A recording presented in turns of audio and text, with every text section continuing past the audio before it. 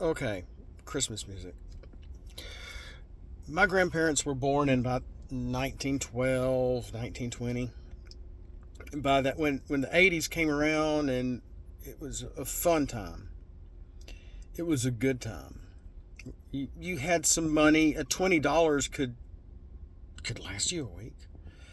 $20 could fill your tank. $20 could buy. You could get a toy, lunch, and still have money left over, etc. 35 cents could get you 35 cents could get you a newspaper for the day, and you could read the comics, do the puzzles, etc., etc. Sundays the comics were in color, and the newspapers were like 50 cents, if that. But Christmas music, that was about the time, about 82, 83, maybe 84, somewhere in there. Mannheim Steamroller brought out their first Christmas album.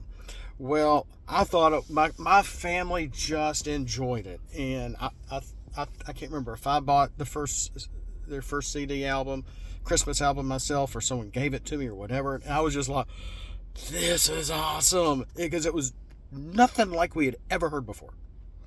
Okay? Nothing like we had ever heard before.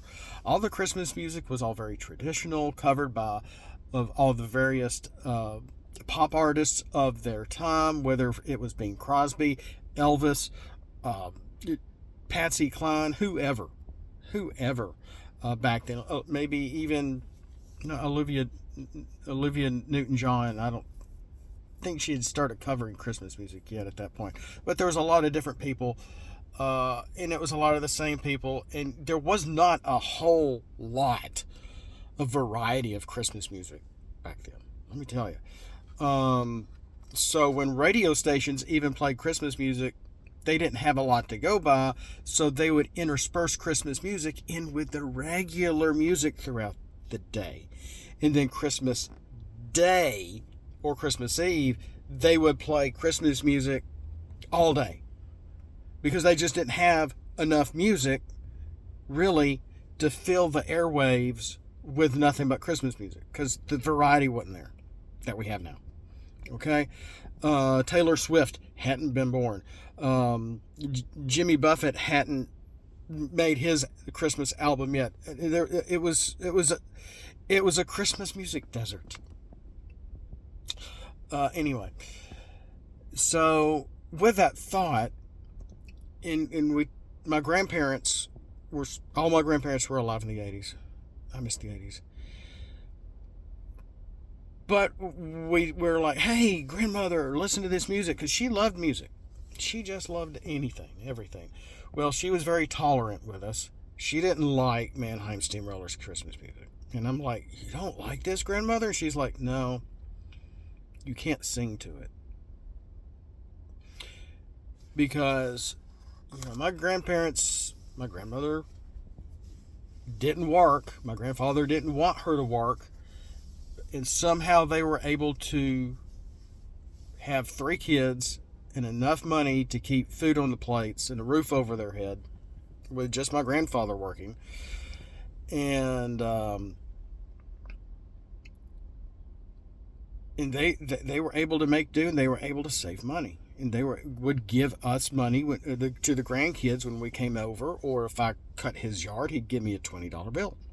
And he had a kind of nice yard. It wasn't real big, but it was big enough for little old me. Cutting and edging, cutting the front, cutting the back, making everything look good. I don't know if I could do it now. But long story short, too late. If she did buy stuff, it was normally Christmas music. And it was out of the ads of Reader's Digest. And it was from those albums, like the Mistletoe Singers, Ray Conniff and his band. And it was a collection of all those types of songs from that. And what were they doing? You can go into Spotify right now and look some of this stuff, these groups up. They are simply singing the song. They're simply singing the Christmas music.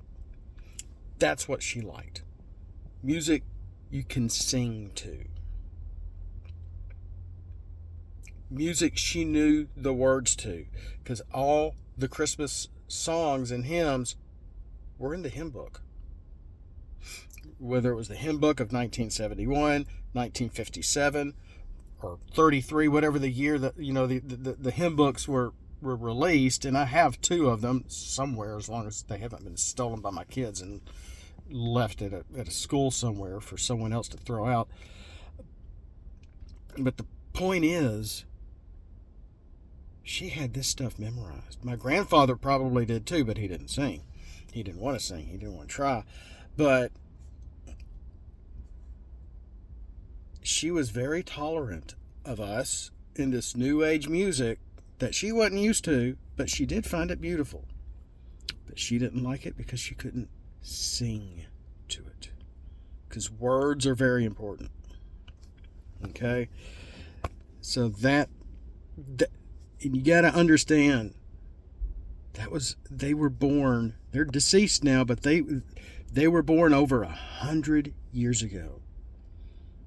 And that's why I think Cracker Barrel and all its antiques hanging in the stores were so integral to our nation and the country's identity, to remind us of where we come, the hardships that we've been through as a country, as a people.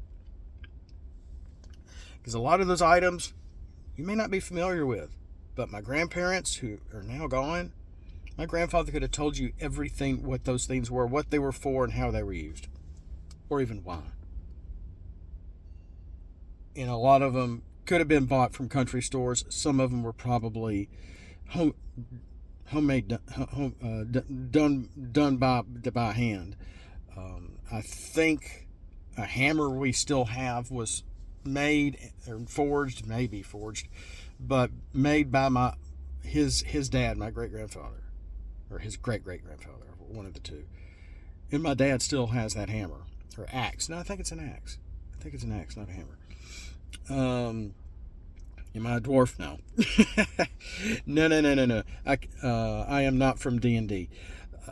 But the point is Christmas music. There's a lot to choose from.